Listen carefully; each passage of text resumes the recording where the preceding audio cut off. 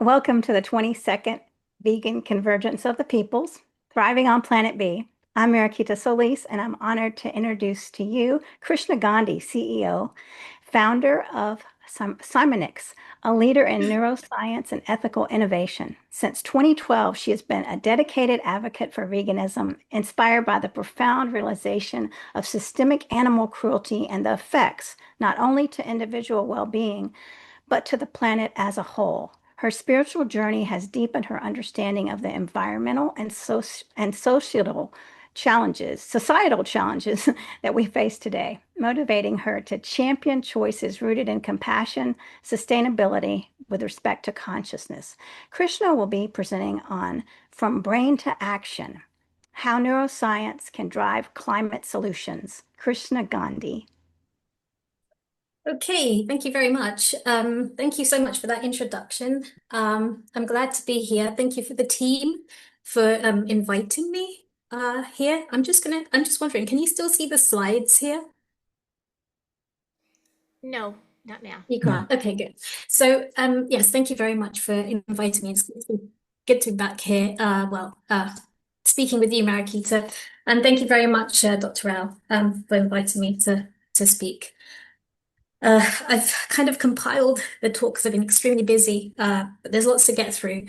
So I'll just tell you a little about the Simonics, and I'll start with the slides, which I had there a moment ago. So let me get that together.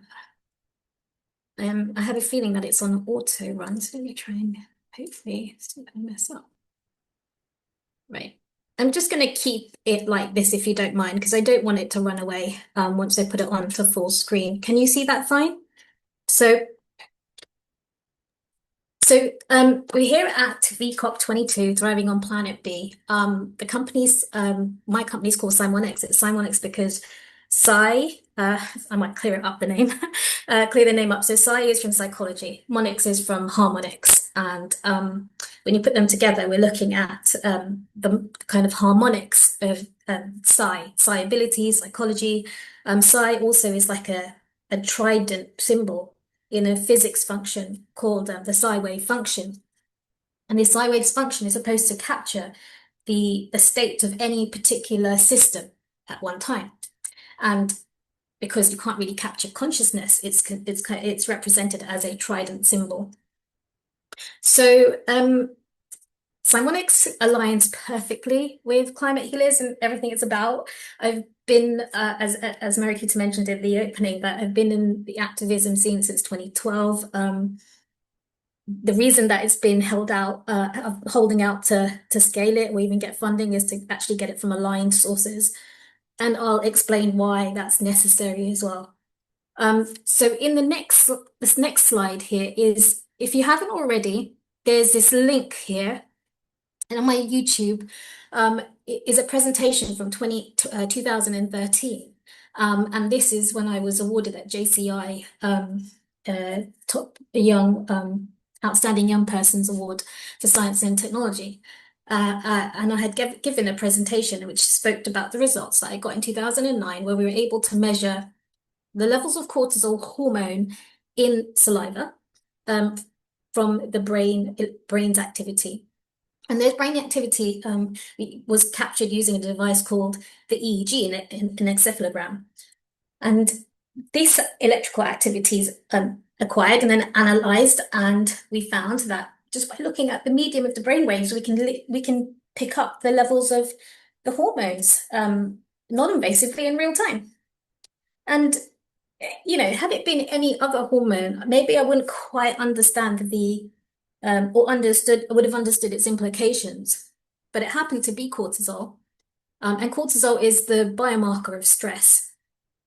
So if you stress, you'll release cortisol, but cortisol is also part of our regulatory system. So when we wake up, it spikes, because when we're sleeping, it's really low. And then we need that boost of energy to get up out of bed and start our day.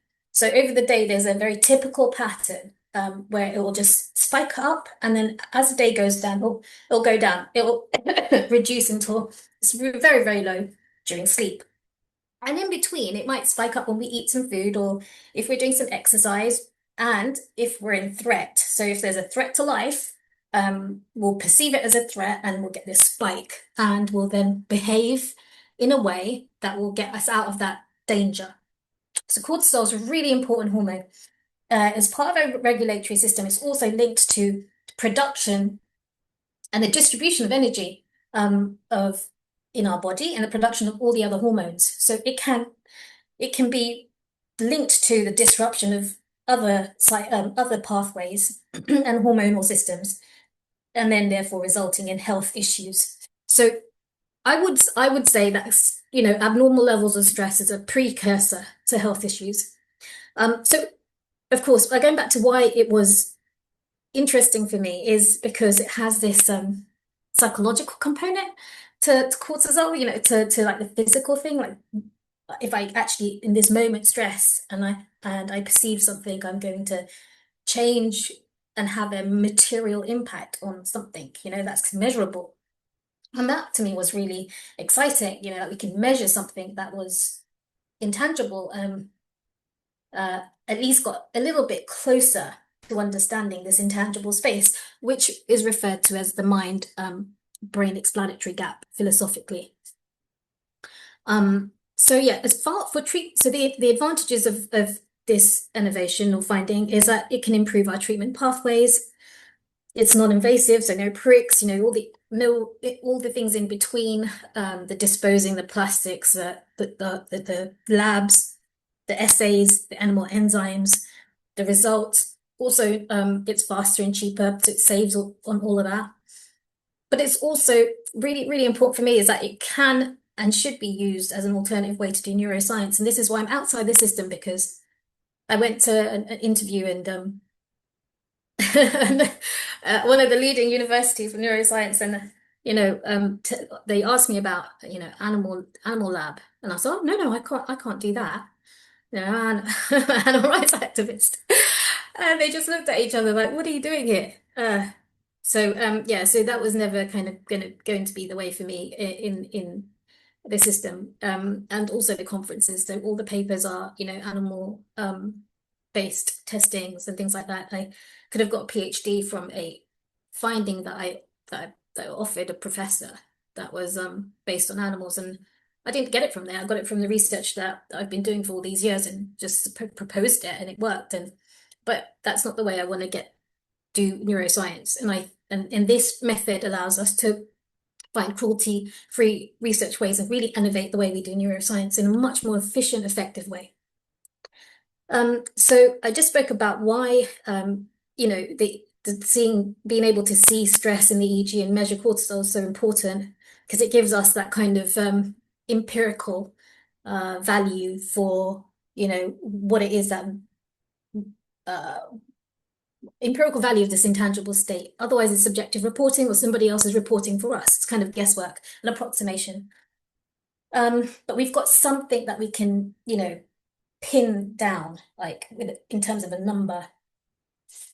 And this meant that there's a gap, there's a choice, where my thoughts, the quality, the content, there's a choice there, and that has an impact on the material, physicalism, and this was, having a domino effect then on my biochemistry, my reactions, my actions, my interactions, then my life, and perhaps even the universe.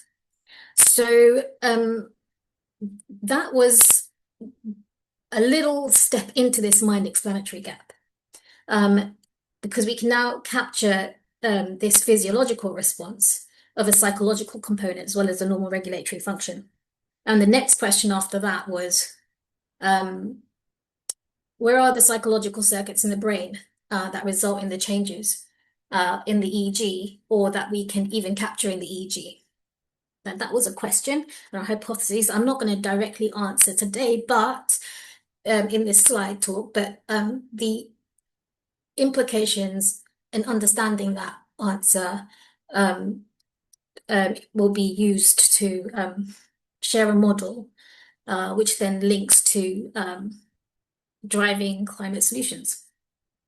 Okay, so I just want to get to, because I've never actually spoken about this. And I think it should be, I think everyone should know. Uh, one of the factors of our functioning is not just ourselves, our thoughts and environment, but actual interference. So how did I even come across brainwaves?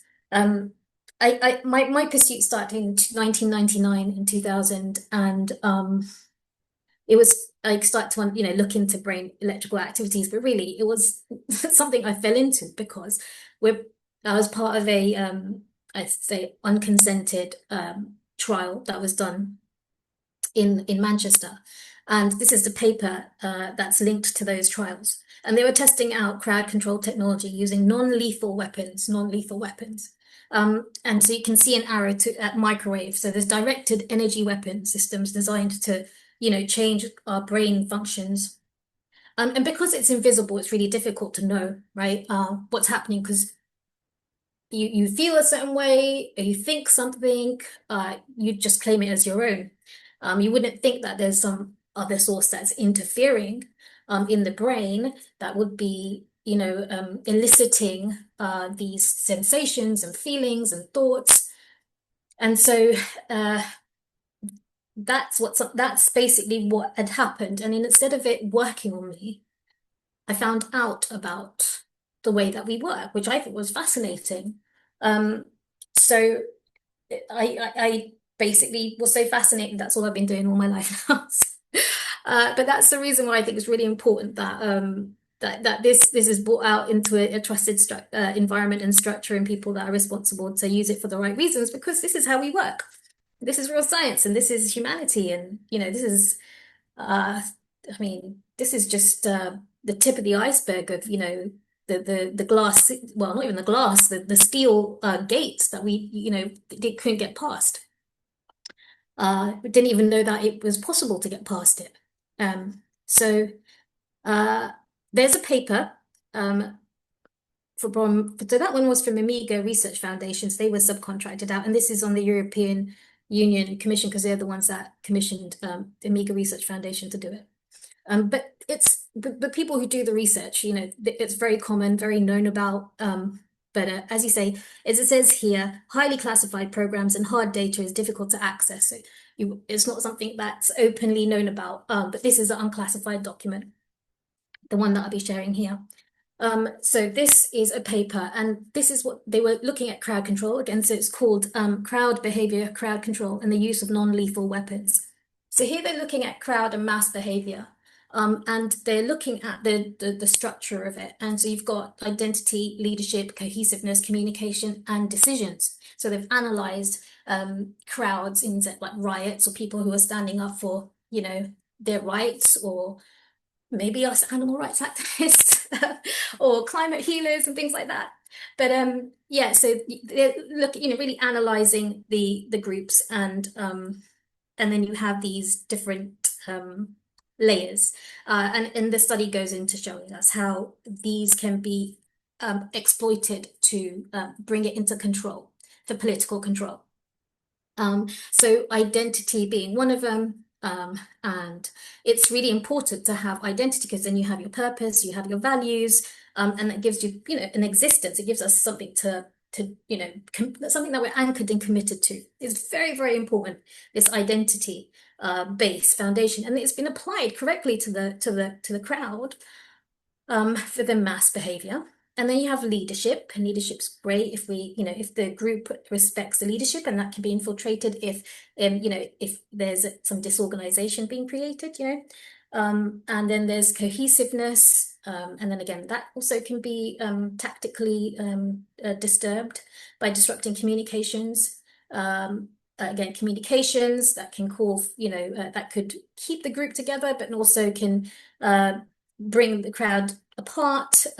You can get threats and internal stresses and disrupt communication, and that can kind of disperse the cohesiveness and the group moving forward for whatever their goal is.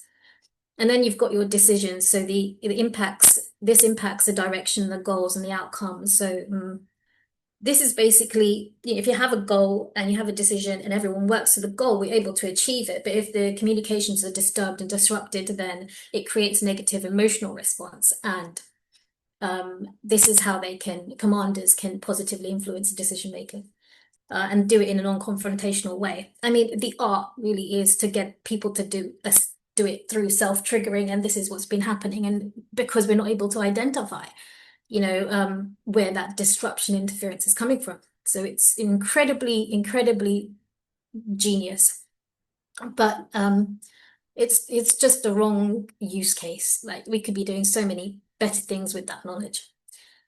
So here now, so that was the crowd, and now we have the unit. So the unit means that each individual person of the crowd, each member of the planet, of our society, community, here they broke it down, right, with motivation, confidence, stress, focus, and emotions.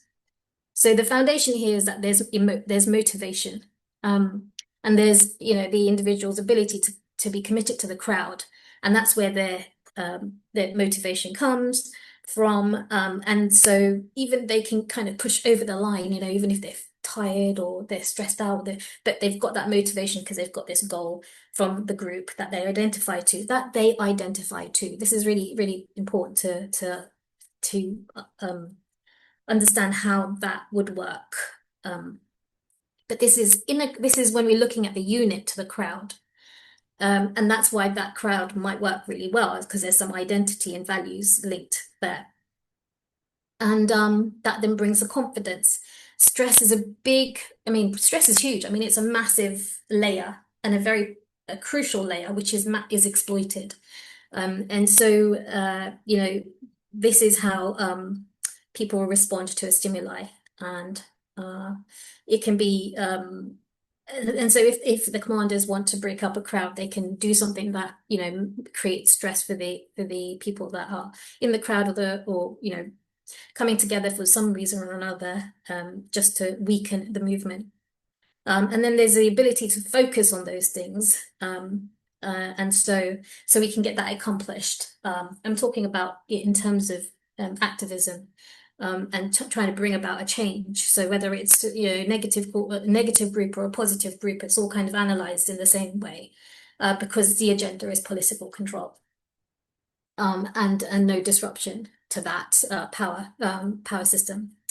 And then there's emotion. So then we have how people feel. So it's another driving part. And if something threatens the ego, physically, or just in terms of physically, or even just psychologically, there's that way to control the behavior and herd people, and break up the riots in the crowd. So this is just a study of how people, units, the stack that we're made up of, done, and this analysis is done for crowd control and political control, which I think is brilliant. I think it's fine. This is information of how we work. But this is in the way that we are in the system. And what we notice here is that the foundation here is motivation. So I propose a model of how this system that we're in has exploited this model, or how it's been exploitable. So that it's perpetuated in a kind of selfish behavior. And what that is that unit in which these layers that are, in which we're made up of, according to the study. I might maybe put a few things the other way around, but according to the study, is not based on a foundation of identity. And this is a problem. So why the crowd was useful is because there was an identity in which they got their values and purpose, and they could drive that goal for as long as that identity remained, and they were aligned with that identity. But a unit in society, on the planet, what's our identity? And so in the system at the moment at large, there's this disconnect between who we are and our identity. And so what happens, we have this loop, this kind of feedback loop that self-triggering and self-perpetuating. And so what happens is that we've got this fear-based sense because the identity is based on what's defined by the system. And that's, a psychological rewards or validations, comforts, and things that, we end up getting addicted to. So, and the responsibilities that we take up for approval, for validation, and that gives us a sense of identity when we are in a society living, and everyone lives like that, and we feel a sense of, we feel that's what gives us something. But those values are defined by the system, and everybody is living by it, and that is externally based, and so we're having to depend on external validations for our identity, and we're constantly living to get that validation. And so the base ends up becoming fear and stress. So this is then this whole model then is exploited, where fear becomes the foundational, and it loops in this way, where it goes from fear and then the motivation to act.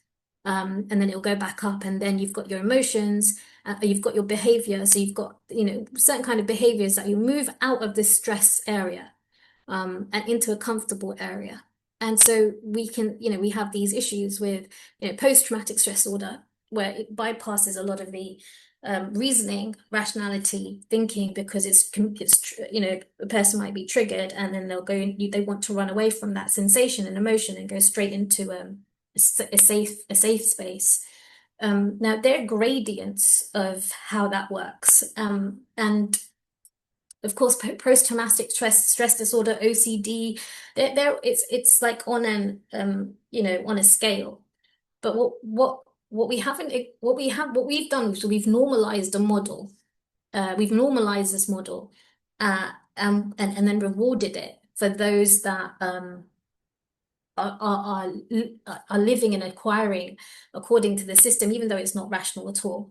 So, that would be, consuming more than above, consuming food through violence, consuming fashion through violence, consuming and hoarding. Now this is actually completely irrational. There's no rationality about it at all. But the system rewards it, and so therefore that this model is normalized, and hasn't really been understood as a mental health issue, which I think the normalization of that psychology is actually a mental health issue. It's because this is a model that is being able to be herded and exploited without any real consent by the self, and a thorough rationality applied before committing to the action. Of course, habit is useful. Emotions are useful because they're shortcuts to any reaction or knowing something or responding. We need to be able to respond out of danger very quickly. They're useful, but there's other things that we haven't consented to from a young age. So people who do consume irrationally, what we know to be irrational, speaking to somebody who was explaining to me about hunting, and I would be quick to judge that, and I was, but they explained that they had that's all they knew, that's what was normal to them, and that's how they were brought up, and they didn't think anything different. So the brain has been wired and constructed that way, and what they believe is is based on what they think is right, and that becomes habits in the way of working, until there's a debate and confrontation, and then there's information that's then processed. But then again, the fear system comes in, the psychological system that comes in, and for ego survival, that's triggered as a false sense of threat. takes over and consumes the brain and doesn't allow any rationality, because it's a sense of threat, and that everyone's doing that at every kind of level. So some of us less than others, but to break out of the habits, even if I tell myself I don't want to eat food for 2 days, I've agreed it, I've consented it, and I'd still have a challenging time to tame myself. So that becomes an inner battle. And so a lot of these friction is not just external, but also internal. So that's a kind of systemic issue that we have, because we have an issue with identity in the system. And I think for a long time, even the mind has been ignored as being a real thing. It's, people, in neuroscience, it's just wasn't even considered a thing. People didn't want to talk about it, even in neuroscience. It's mainly just brain, and what the brain can do, and the hard material stuff. And that it's that the brain dictating the mind, and that this sense of reality is a product of the hardware, which is the brain. So that's been the kind of, what I'd say, natural reason for this exploitation, this exploitory perpetuated psychology of each unit. But then there's also so here, this is where information goes in at the bottom. If you see this, you can see my cursor, and then it goes into the body, processed by the brain. Then we have this experience of reality through the mind interface. We can pick up the signals, we can see what's happening, and it would have a cascading effect onto the biochemistry. And then there's feedback systems that will come back again. So that will, impact the body again back into the mind, or the mind will feel different, have that experience in the mind of feeling different, and there'll be feedback mechanisms, and they'll change in the behavior on the body. So that's that model. But then we have this other way, which we're talking about, the non-lethal weapons, where that information is a direct brain interference. And this direct brain interference means it doesn't come through the normal way, which is through the senses into the body, into the brain, but through energy weapons. And so if we don't know ourselves, we won't be able to discern between what is our emotion, what are our thoughts, there would be no idea about it. And I think in that way, that's what's so genius, and therefore it's called self-triggering control. So just so that's known about, because I mean, this was in 1999, 2000 publication. And so when we want to think about the world, we might want to think about that kind of things going on maybe a potential scale level. So here we have these, since we have these normalized ways of behaving, which is, as I'm saying, I think a mental health issue. That's where the normalized mental health issues is kind of considered to be normal, but really still mental health, because there's no rationality or less rationality in there. We have behaviors that come about because there's the pacification, so stem again from this perpetual system of underlying fear. And so we've got consumerism and addiction and compulsive consumption, and it's driven by emotional voids, identity crisis, fuels unsustainable resources use and pollution. Then we have denial and avoidance, so psychological defense mechanisms that always kicks in for like the smallest things. We have this thing like the climate denial or apathy, and then therefore prevent meaningful action on environmental threats. And then this disconnection from nature into the digital, which, well, maybe, that would add to the control of the controlling powers for that invisible interference. And that has led to a natural nature deficit disorder, and weakening empathy for ecosystems. So we're just so disconnected, we don't even care. And we have like these collective traumas as well. So colonialism, war, displacement. And so they manifest in exploitative behaviors towards land and people. And of course, we have narcissism and power structures, so ego-driven leadership and systems that prioritize profit over well-being. And that really is probably one of the largest and deeper psychological imbalances of all of the even the post-traumatic stress disorder.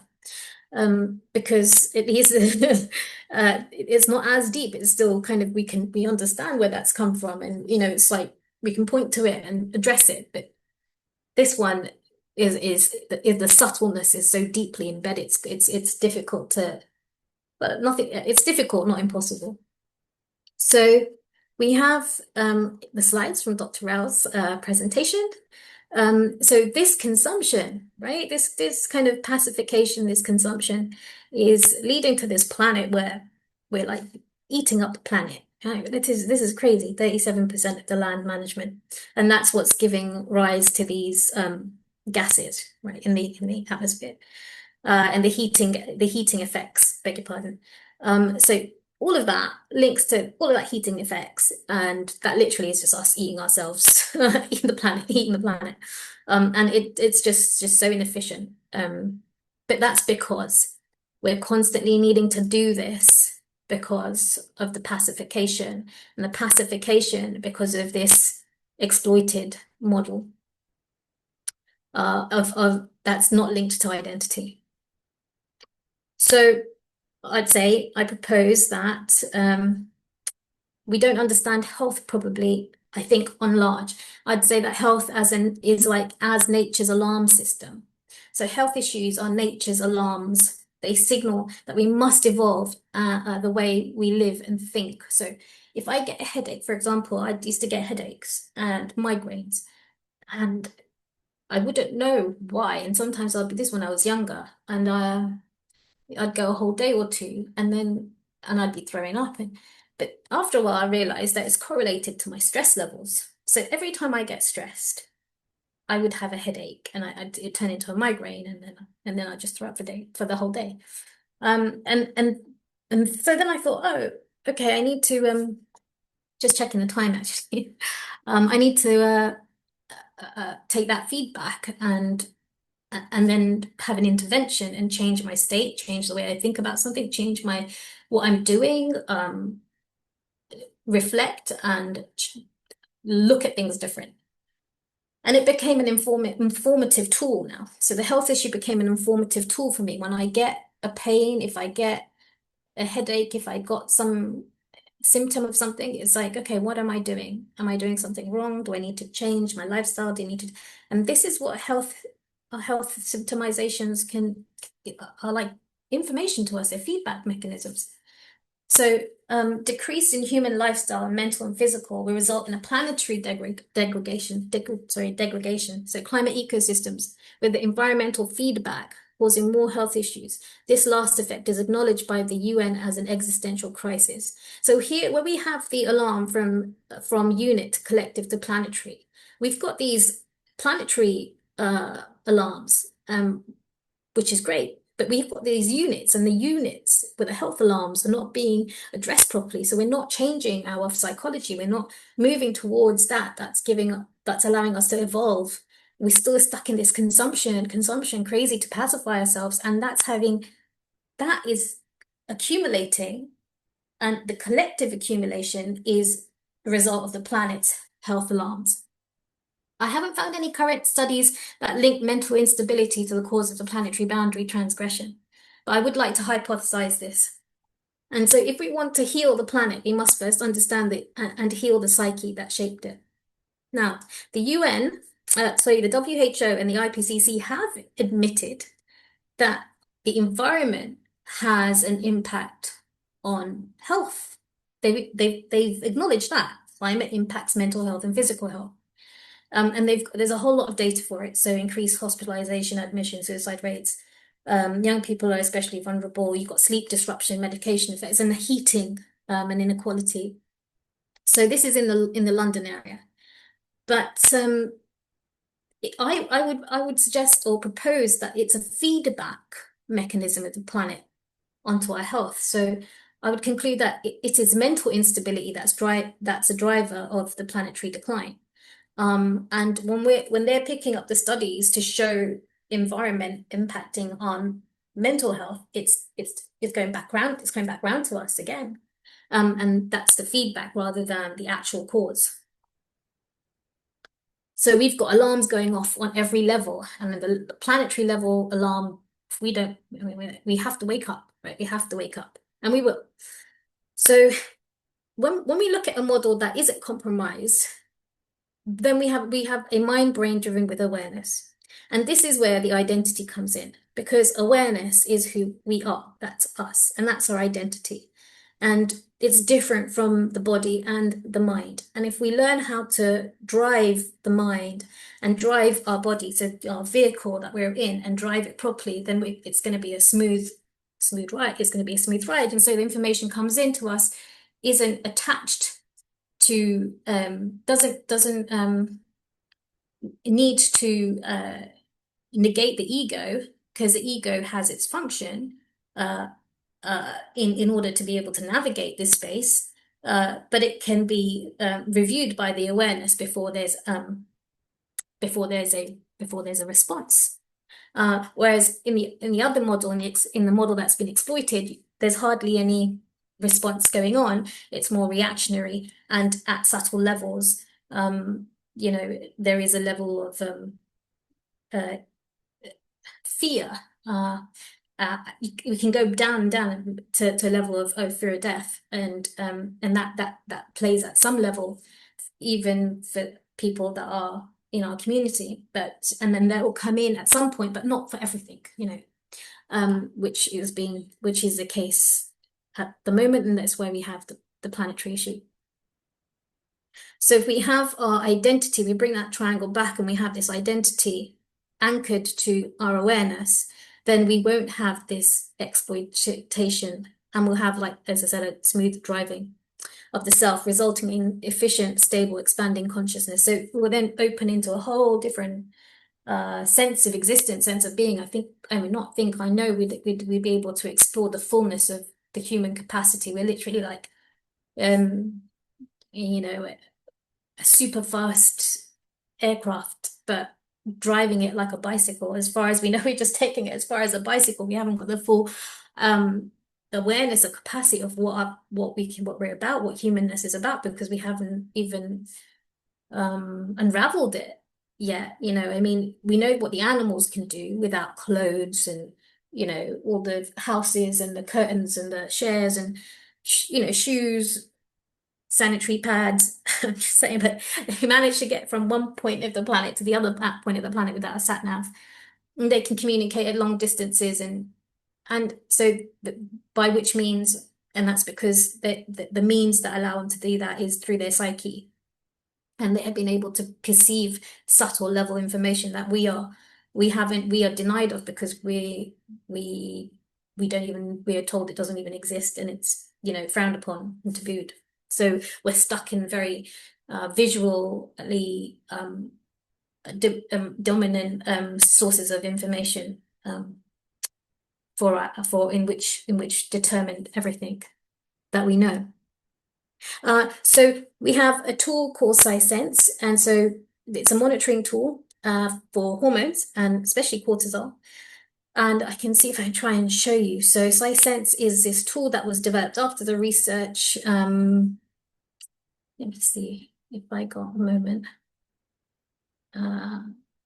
Oh.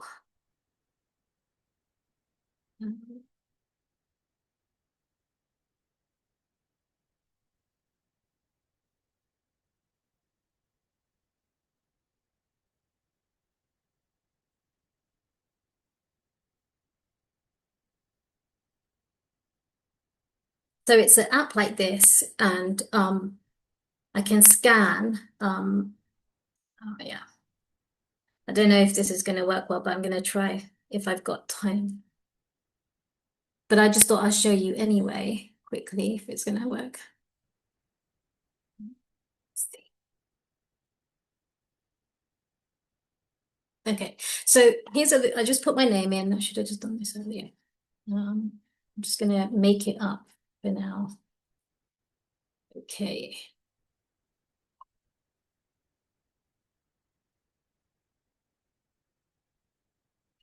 So what would happen in this app is that we would then choose a file. We'd record it using the EEG. I'd show you how, maybe if I can, maybe, but something like a portable EEG like that. And it literally just, you pop it on your head and like this. It's not a very good look, but pop it on your head like that. And then you attach it to the app and record it. And once it's recorded, you'd have a file on your system. So let me see if this works. Sometimes it gives me a 500 error and I have no idea why it does that, but let's see.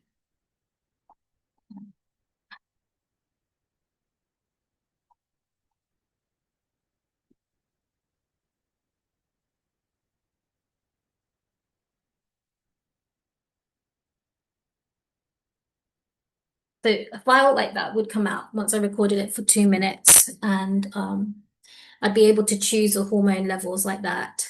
So I just select it and I get my results. Let's see. It's okay, no problem. Yeah. So then you'll get back a value for the hormones like cortisol, testosterone, estrogen, you see. So it'll give you values like that, and then it'll have like a report. So I go to reports and I can see a report like that.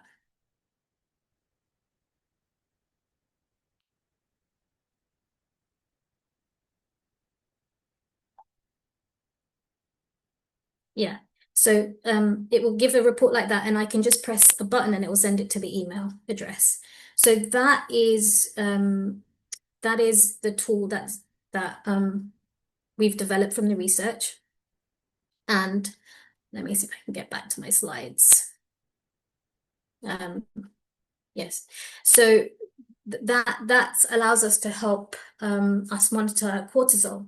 And the good thing about it is that we could just do it really quickly, and the other hormones, so we can move to preventative medicine, but also it's cheap. We can move to, we don't need to depend on animal testing, and we've got an objective value for where we are, because sometimes we don't even know we're stressing because that's become normalized. We just function that way. And it keeps on we keep functioning like that until like it symptomizes and we still don't realize the connection, and we take the medicine to patch it up, and we, on drugs until there's a side effect of that, and then take another drug, and we never get into the root of it. So with so I sense the thought is that we'll be able to use it, especially for cortisol, and be able to get this intuitive understanding. Not that it has to be dependent, we don't need to depend on it, but it's good to have this tool because we can move to preventative medicine. And if we can build an inner calibration, an inner knowingness about our state and our physiology, we empower ourselves. And once we have that feedback mechanism to tell us about our physiology with our state, we learn how to drive this body better, essentially. So once we can do that, we can, or once we can just have this awareness, we'd be able to give back the land, right? Regeneration, another slide from Dr. Rao's presentation. So this, but I want to say, given the existential crisis, the dysfunctional model based on fear will still work. So what we do need to do is that the awareness itself will move from the fear-based to awareness-based over time. And the awareness provides, and when I mean awareness, I mean just awareness about either the climate, the issue with the climate, how it's a threat to ourselves and to the planet. So anybody who is even in a dysfunctional or fear-based psychology, this should work to move them out of it, because it's got that far that it becomes a threat to life. And then once we're aware about bringing our identity into the picture, then we can transform into a kind of and have really very different human experiences. And our needs would be changed. Our needs would be different. Our outlook would be different. And then this awareness provides opportunity for information to be processed, and that can then happen through neuroplasticity. This updates our brain, our body, our lifestyle, habits, and outlook, which keeps us robust, agile, healthy, and youthful. So that's good news in any way. This regeneration is inevitable. So this was my last slide, humanity and empirical use from Simon's research. Cortisol, thoughts matter. If you heard that, that's where it's come from. Originally, it's come from this slide and this deck. And it's got philosophical implications. So just see if I can put that out of the way. Bear with me a moment.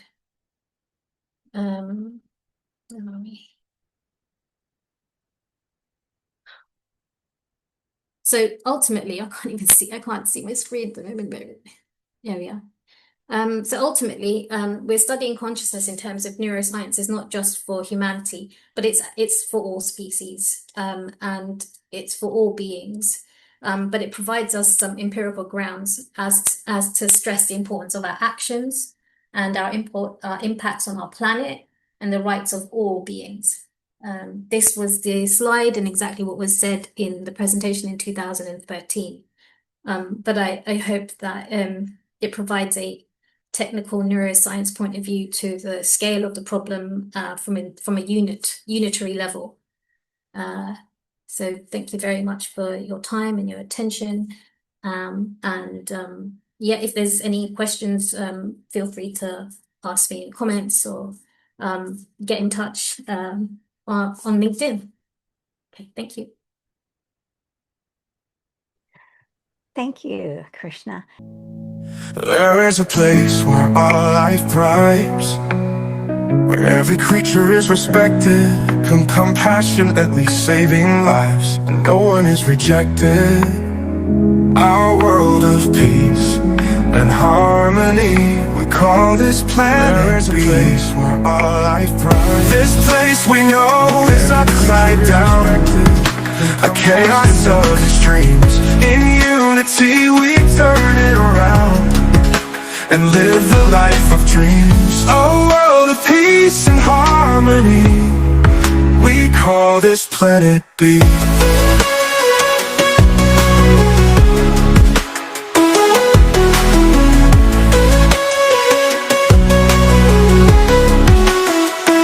This place we know is upside down, a chaos of extremes. In unity we turn it around and live the life of dreams. Oh, a world of peace and harmony, we call this planet B.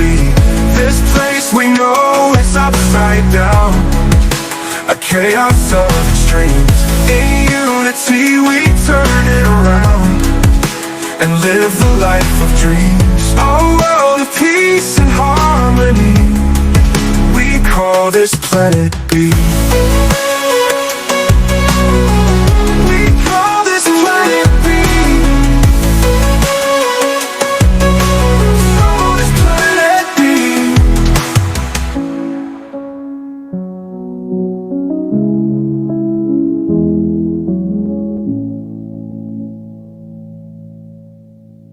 There is a place where all life thrives, where every creature is respected, compassionately saving lives, and no one is rejected.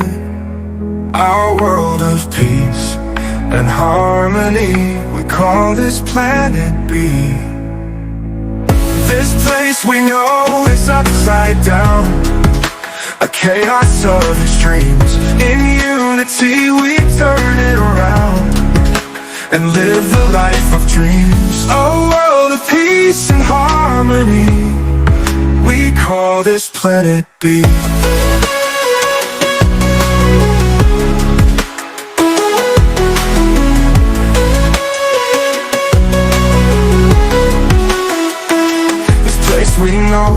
is upside down. A chaos of extremes. In unity we turn it around and live the life of dreams. Oh, a world of peace and harmony. We call this planet B. This place we know is upside down. A chaos of extremes. In unity we turn it around and live the life of dreams. A world of peace and harmony. We call this planet B. We call this planet B. Honey, I'm on. Call this planet B.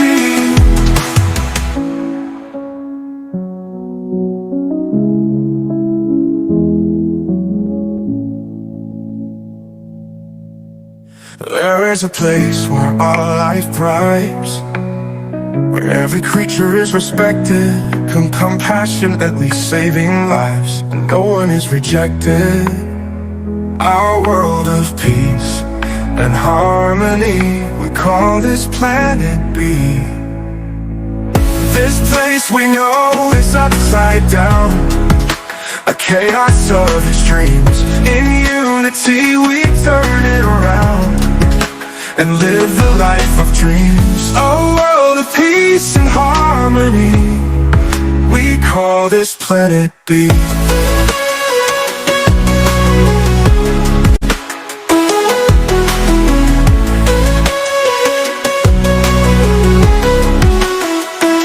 This place we know is upside down.